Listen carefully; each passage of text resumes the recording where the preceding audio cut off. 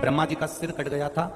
काल भैरव को भगवान शंकर ने प्रकट कर दिया था और काल भैरव ने जाकर ब्रह्मा जी को अपने हाथ की उंगली का नख तोड़कर उनका शीश काट दिया था। काल भैरव, जब काल भैरव ने शीश काट दिया, शीश कट गया, भैरव, काल भैरव का आदर, सम्मान, सत्कार सभी देवताओं ने किया।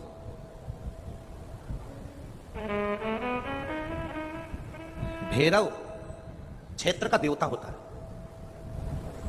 भैरव 64 तरह के भैरव होते हैं। कितने तरह के? 64। 64 तरह के भैरव होते हैं और 64 तरह के भैरव, जितने भैरव होते हैं उतनी भैरवी होती है, क्योंकि शिव के साथ शक्ति जरूरी है, भैरव के साथ भैरवी जरूरी है, क्योंकि भैरव शंकर भगवान का एक अंश रूप है, क्योंकि शिव ने उसको प्रकट करा। हाँ, दुनिया के लोग भले भैरव जी को बदनाम करने में लगे, ये तो शुरू से चला रहा। भैरव जी को कोई बीड़ी पिला देता है, कोई सिगरेट पिला देता है, कोई कह देता है कि भैरव बाबा को तो बीड़ी दे दो, भैरव बाबा को तो सिगरेट दे दो। ये ढोंग और प्रपंच मेरे शंकर की कथा में नहीं है।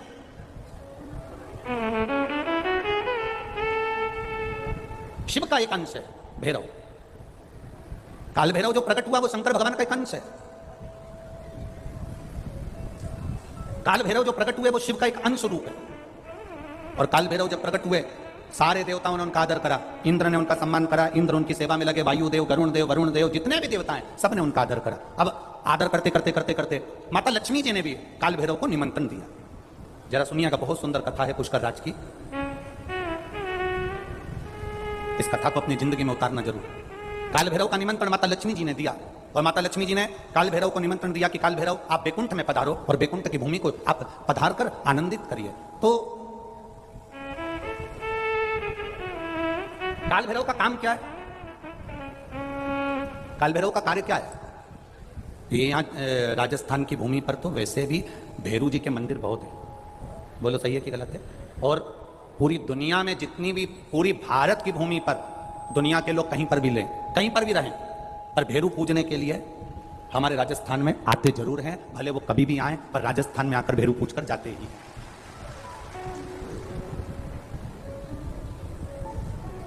भैरव का काम क्या है?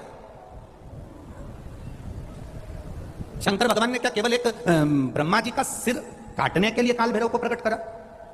केवल एक कार्य के लिए ब्रह्मा जी ने, भगवान शिव जी ने काल भैरव को प्रकट करा? केवल एक काम के लिए? नहीं।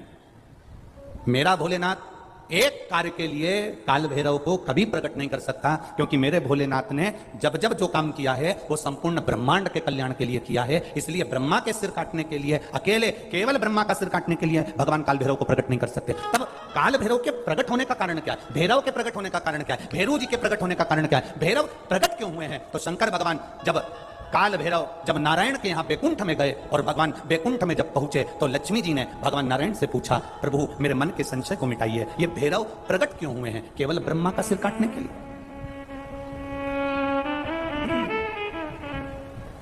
क्या ये ब्रह्मा जी का सिर काटने के लिए प्रकट हुए? आखिर भैरव प्रकट क्यों हुए? केवल एक ब्रह्मा का सिर काटने के लिए? भगवान विष्णु ने कहा नहीं, केवल ब्रह्मा का सिर काटने के लिए काल भैरव नहीं प्रकटे। लक्ष्मी सुनो, आज मैं तुम्हें सुनाता हूं काल भैरव भगवान शंकर ने क्यों प्रकट करा। उसका कारण केवल एक है। जब देव अधिदेव महादेव अपने नेत्र बंद कर कर बैठ जाते हैं और समाधि में लीन हो जाते हैं, साधना में लीन हो जाते हैं, तब काल भैरव का दायित्व बढ़ जाता है। भैरव का दायित्व बढ़ जाता है। और भैरव का क्या दायित्व बढ़ता है?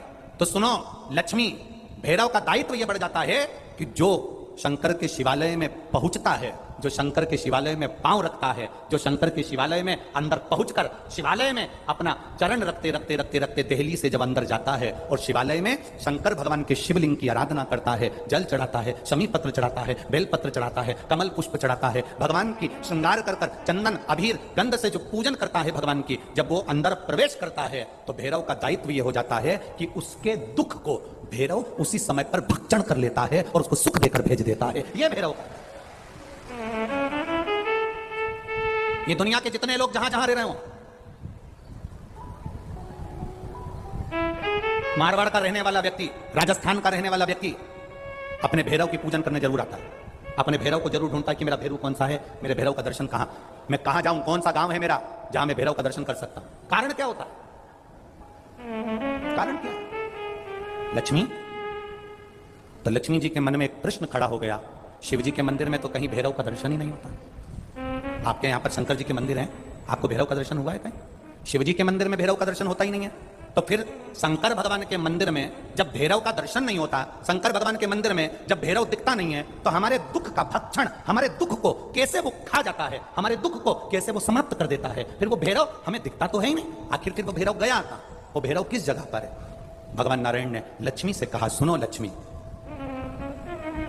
भगवान शंकर के दरवाजे के 2 द्वारपाल हैं, मणिभद्र वीरभद्र। दरवाजे के, भगवान शंकर के दरवाजे के 2 द्वारपाल। और सुनो लक्ष्मी, वो 2 द्वारपाल भगवान शंकर के दरवाजे के हैं। भैरव को शंकर भगवान ने अपनी ऊपर की चौखट का मध्य भाग काल भैरव को दिया है। जिस समय भक्त भगवान को 1 लोटा जल चढ़ाने के लिए मंदिर में गर्भगृह में प्रवेश करता है, जिस समय 1 लोटा जल चढ़ाने के लिए भक्त, शंकर का ओघड़ी का भक्त जब मंदिर के अंदर शिवालय में प्रवेश करता है, तो वो चौखट की जो छाया होती है वो भक्त के सिर पर पड़ती है। जब वो जल लेकर अंदर प्रवेश करता है, उसके जीवन में जो दुख होता है वो काल भैरव ऊपर की ऊपर खींच लेता है, उसको भक्त कर जाता है। ये भैरव का तत्व।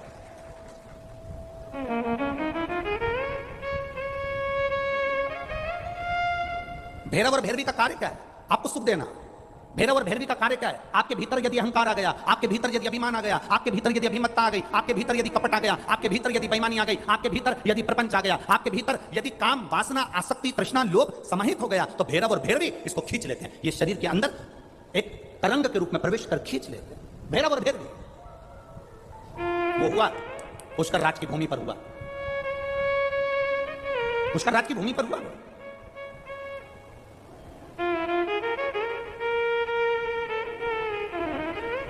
नारायण ने भैरव जी का सम्मान करा, आदर करा, सत्कार करा।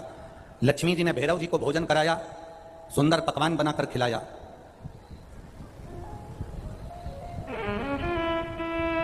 इतने में ब्रह्मा जी के ठहाका लगाने की आवाज बैकुंठ में पहुंच गई। ब्रह्मा जी के हंसने की आवाज बैकुंठ धाम तक पहुंच गई।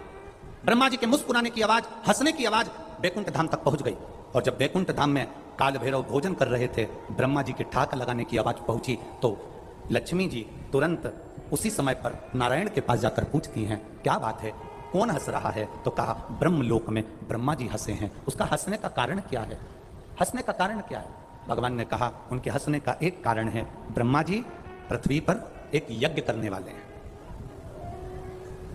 वो यज्ञ संपूर्ण जगत के कल्याण के लिए करने वाले हैं, पर उस यज्ञ की सबसे बड़ी एक बात है कि जगत का तो कल्याण करने के लिए ब्रह्मा जी यज्ञ कर रहे हैं, पर कहीं ना कहीं उनके भीतर कुछ अंश में अहम समाहित हो गया। जब तक वो अहंकार उनका नहीं टूटेगा, तब तक उस यज्ञशाला में ब्रह्मा नहीं बैठ सकते। अहंकार टूटेगा तो यज्ञशाला में पहुंचे।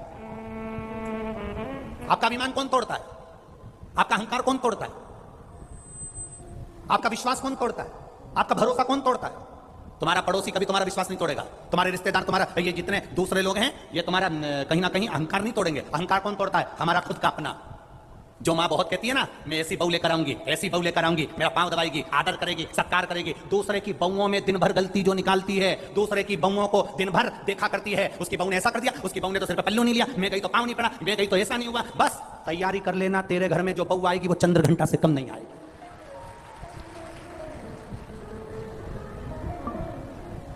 जो बहुत हमारे मालवा की भाषा में कह देना, जीजी, ए राजस्थान वाली जीजी, हमारे उधर की भाषा में कह दें तो कहते हैं, जो बहुत लंबी नाक लगाए ना।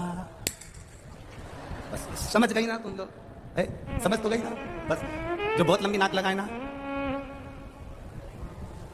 उसकी बहू तो ऐसी, मेरी बहन की बहू आई ऐसी आई, मेरे मामा के छोरे की बहू आई ऐसी आई, मैं तो बहू लाऊंगी तो ऐसी लाऊंगी, मैं बहू लाऊंगी तो मुझे तो रत्ती भर नहीं सुआ है, ऐसी बहू मुझे आएगी ना तो मेरी तो बिल्कुल नहीं बनेगी। और मालूम पड़े उससे 4 गुना जोरदार आई, और शादी के 2 महीना नहीं हुए और मायके में जाकर बैठी। अब ये इतनी बोलती थी, अब ये चुप। अब क्या बोले तो बोले क्या? अब बोले तो बोले क्या? क्या क्या बोलेगी?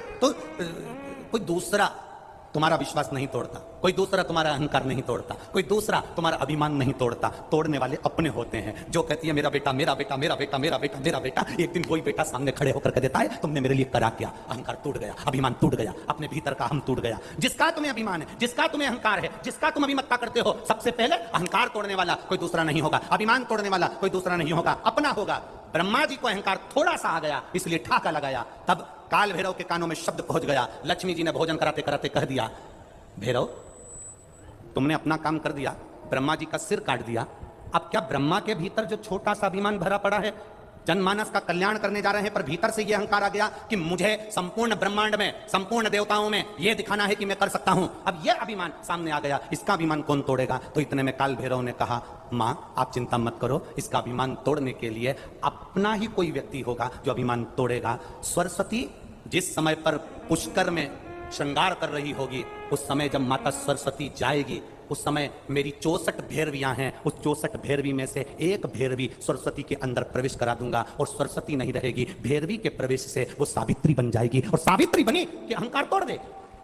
एक क्षण मात्र की मैंने सावित्री को उस समय पर भेजा, मैंने भैरवी को उस समय पर सरस्वती के अंदर प्रवेश करा कर भेजा और उसका रूप, उसका रंग, उसका स्वभाव, उसका स्वरूप चेंज हो गया। कई बार माताएं कह देती है अपनी बहू से, हमारी बहू को ना जाने क्या हो गया गुरुजी, अच्छी रहती है, ना जाने से कौन सा भेरू चढ़ जाता है। बोलो सही है कि गलत है? बात में बोलते हो कि नहीं बोलते? ये कहावत कहां से है कि मेरी बहू तो अच्छी थी, ना जाने ने कहां सा भेरू चढ़ जाता है। मेरी बहू तो बहुत अच्छी, एक हफ्ता तो अच्छी रहे, गरम गरम रोटी भी खिलाए, आदर भी करे, सम्मान भी करे, सत्कार भी करे, सब कुछ करे, पर पूरा 1-2 महीना तो अच्छी रहती है, पर 2 महीना में एक बार इसके मुंडा में ना जाने कहीं हो जाए, पूरा 2 महीना का कराया सब पानी फेर गया। इसको कौन सा भेरू चढ़ जाता है, इसको कौन सी भैरवी चढ़ जाती है, इसको क्या हो जाता है एकदम, इसको होता क्या है अच्छी, आदर करती है, बीमार पड़ जाओ तो हॉस्पिटल भी ले जाती है, सम्मान भी करती है, गाड़ी भी चला ले, सब काम बढ़िया कर ले, रोटी भी अच्छी बनाए, सब्जी भी अच्छी बनाए, सब काम जोरदार करे, पर इसके होता क्या है ये समझ में नहीं आता। तो इन्होंने पत्रिका ले जाके दिखाई, पंडित जी बताओ, पंडित जी बोले इनका गुण तो अच्छा मिला, इनका गुण तो अच्छा मिला, कोई दोष भी नहीं है, बढ़िया है, पूरा 24-25 गुण, 27-28 गुण, जितना भी गुण है मिला तो अच्छा है। फिर तकलीफ क्या है? तकलीफ आखिर है क्या?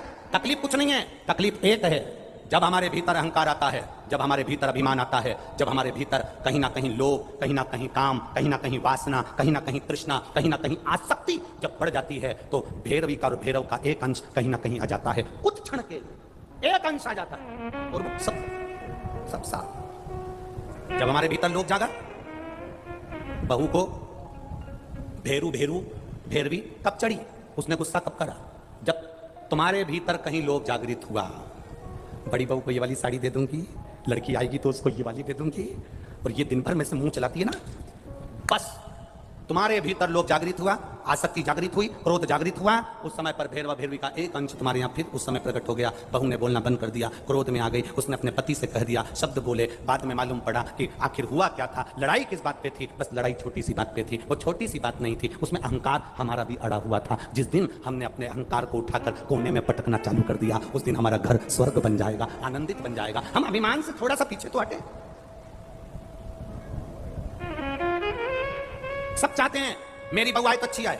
ये तीन मित्र पिकनिक करने के लिए गए,